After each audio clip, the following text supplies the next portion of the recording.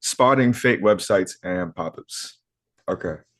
So today we'll learn how to recognize fake websites and pop-ups, understand why they exist, and know what to do if you unfortunately encounter one. We'll learn today what fake websites and pop-ups are, why scammers create them, common warning signs, tools that help protect you, and what to do if you already clicked. All right, so to understand this, we have to understand what a fake website is first. So, a fake website is a site that pretends to be real and often copies the look of trusted companies or brands.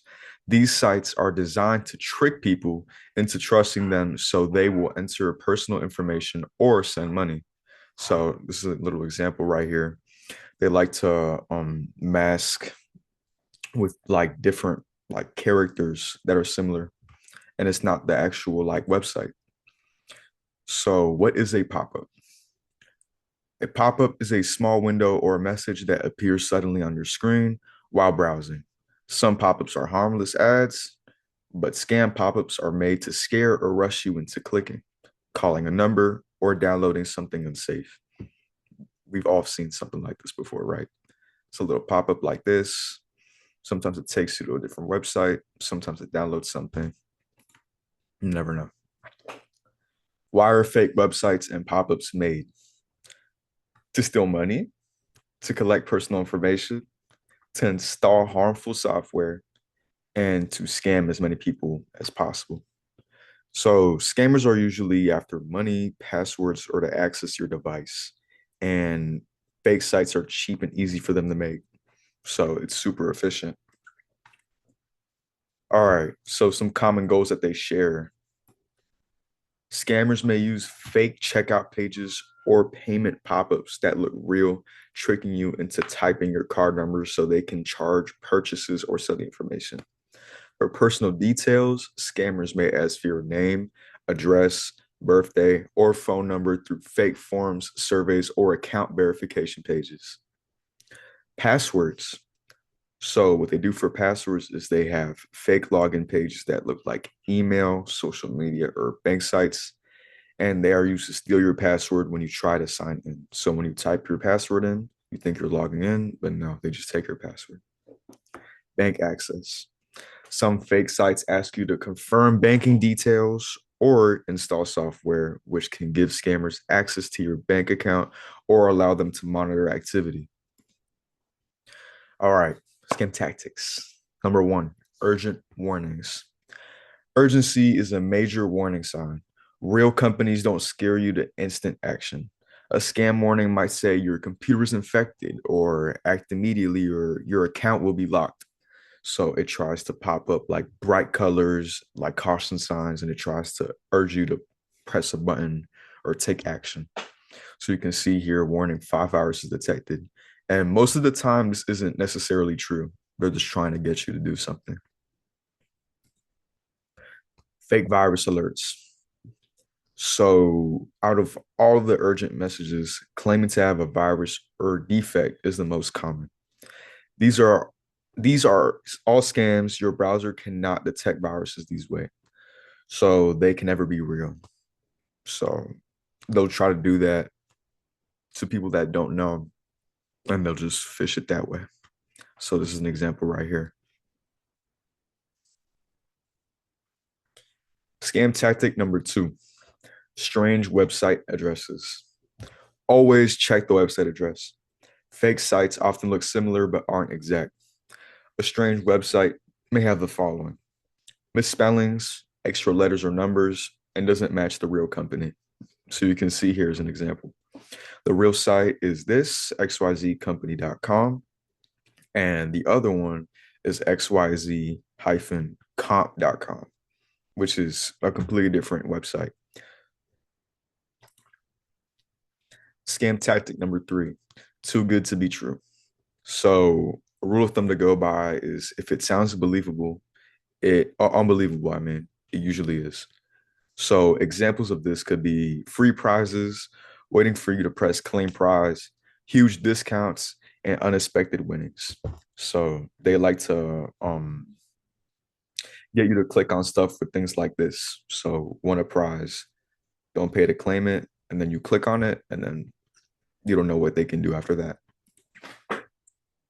Scam tactic number 4, designs. Many fake websites try to duplicate real ones, but looking out for poor web designs and errors is a good way to determine if it's legit. Many fake sites are rushed and poorly made. Check the website address, like mentioned earlier. Fake sites often look similar but aren't exact. Poor design errors might look like spelling mistakes, low quality images, and broken links. Scam tactic number 5, request for personal information. So, legitimate companies do not ask for sensitive information through pop ups. They might ask for passwords, social security numbers, and credit card details. And if you give them any of these, then they have to their leisure. And so these are some of the questions that is kind of low resolution, but you can see full legal name, full address, how old are you, just a ton of personal questions that they ask. Number 6, download buttons. Scammers want you to click fake download buttons because they can secretly install harmful software, show more scam ads, or steal personal information from your device. These buttons are made to look tempting or urgent, so you click them without thinking, even though the download is unsafe. So you can see a ton of them here, a ton of download buttons. Helpful apps and tools that protect you. All right, first one we're going to go over browser safety warnings. These are automatic alerts built into your web browser. They pop up when a website is unsafe and warn you before you enter, helping stop viruses and scams.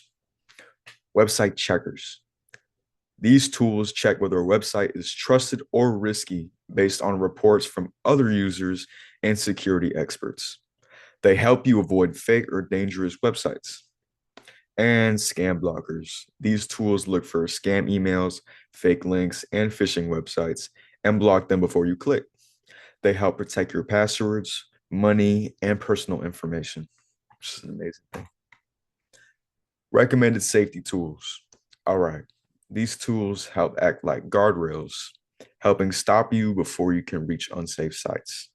So, some examples of this are Google Safe Browsing, which is already built in, Microsoft Defender Smart Screen, which is on Edge and Windows, Apple Safari Fraudulent Website Warning, iPhone, iPad, and Mac, Bitdefender Traffic Light browser add-on, and Malwarebytes, which is another tool. All right, pricing and costs. So Google Safe Browsing is completely free. It's built in and it warns you about dangerous downloads and websites. Microsoft Defender Smart Screen is also built into their search engine, which is Edge, and it blocks down and knocks scam sites with fake downloads as well. Apple Safari Fraudulent Website Warning is built into basically all models, iPhone, iPad, and Mac. It alerts you if a website is known for scams or phishing, and again, it's free. Bitdefender Traffic Light is a extension on the browser, and it checks links in real time. And it's good extra protection for online shopping and email links. And it's free as well. That's amazing. All of them are free. These tools don't replace being careful, but they can add a safety net. It can stop scams before you click. What devices these tools work on? Okay, they work on phones, which includes iPhone and Android, tablets, Windows and Mac computers, and web browsers themselves. Protection is available on almost every device, often already built in. Not all devices are equally at risk. Phones and tablets see more pop ups, computers see more fake downloads. You don't need advanced tools on every device, but some devices are more than likely to run into scams than others. So, what to do if a fake pop up appears? So, first thing you want to do is not click on anything it shows, because that's how they get you. What you want to do after that is close the browser tab and then restart your browser. So you never want to interact with these scam pop-ups at all because they're very malicious. Closing the page is usually enough. What to do if you already clicked? So, what you want to do is immediately close the site. Do not enter any important details about yourself. Run a security scan. Clicking doesn't always mean damage, but acting quickly helps prevent problems. What to do if you entered your information? So, if you did enter your information, you want to change your passwords immediately, or whatever information you put in, you want to try to amend that. Contact your bank if needed, and monitor accounts. Taking fast action can stop scammers from using your information. All right, passwords. So, weak passwords are easy way for hackers like to guess because they can use techniques like dictionary attacks or social engineering. So as you can see here, here's an example of a weak password, and this is an example of a complex password. Creating strong passwords. So usually you want to aim between a length of 12 to 16 characters. All right. No predictable patterns. So you want to avoid names, birthdays, or common words like password 123. Complexity. Combine uppercase and lowercase letters, numbers, and special characters. So for example, you have the exclamation mark, the at symbol, and the hashtag. So you want to make sure they're also unique for each account as well. So you never want to reuse passwords across multiple sites. All right, passwords, thumbs up and thumbs down. So this is an example of a bad password, John123. It's not meeting the character limit that we discussed earlier, doesn't have any special characters, doesn't have a mix, right? But down here is an example of a strong password. It meets the 12 to 16 character threshold. It has unique characters, and it's just very difficult to spot overall. Safe browsing practices. Unsafe browsing can expose you to viruses, malware, and scams, putting your personal data at risk. All right, part one, tips for safe browsing. Look for HTTPS. Only enter sensitive information on websites with HTTPS and the URL and padlock icon. This means the site is encrypted. You want to avoid public Wi-Fi for sensitive tasks. Public Wi-Fi is easy for hackers to intercept, so you want to use a VPN, which is virtual private network, to secure your connection if needed.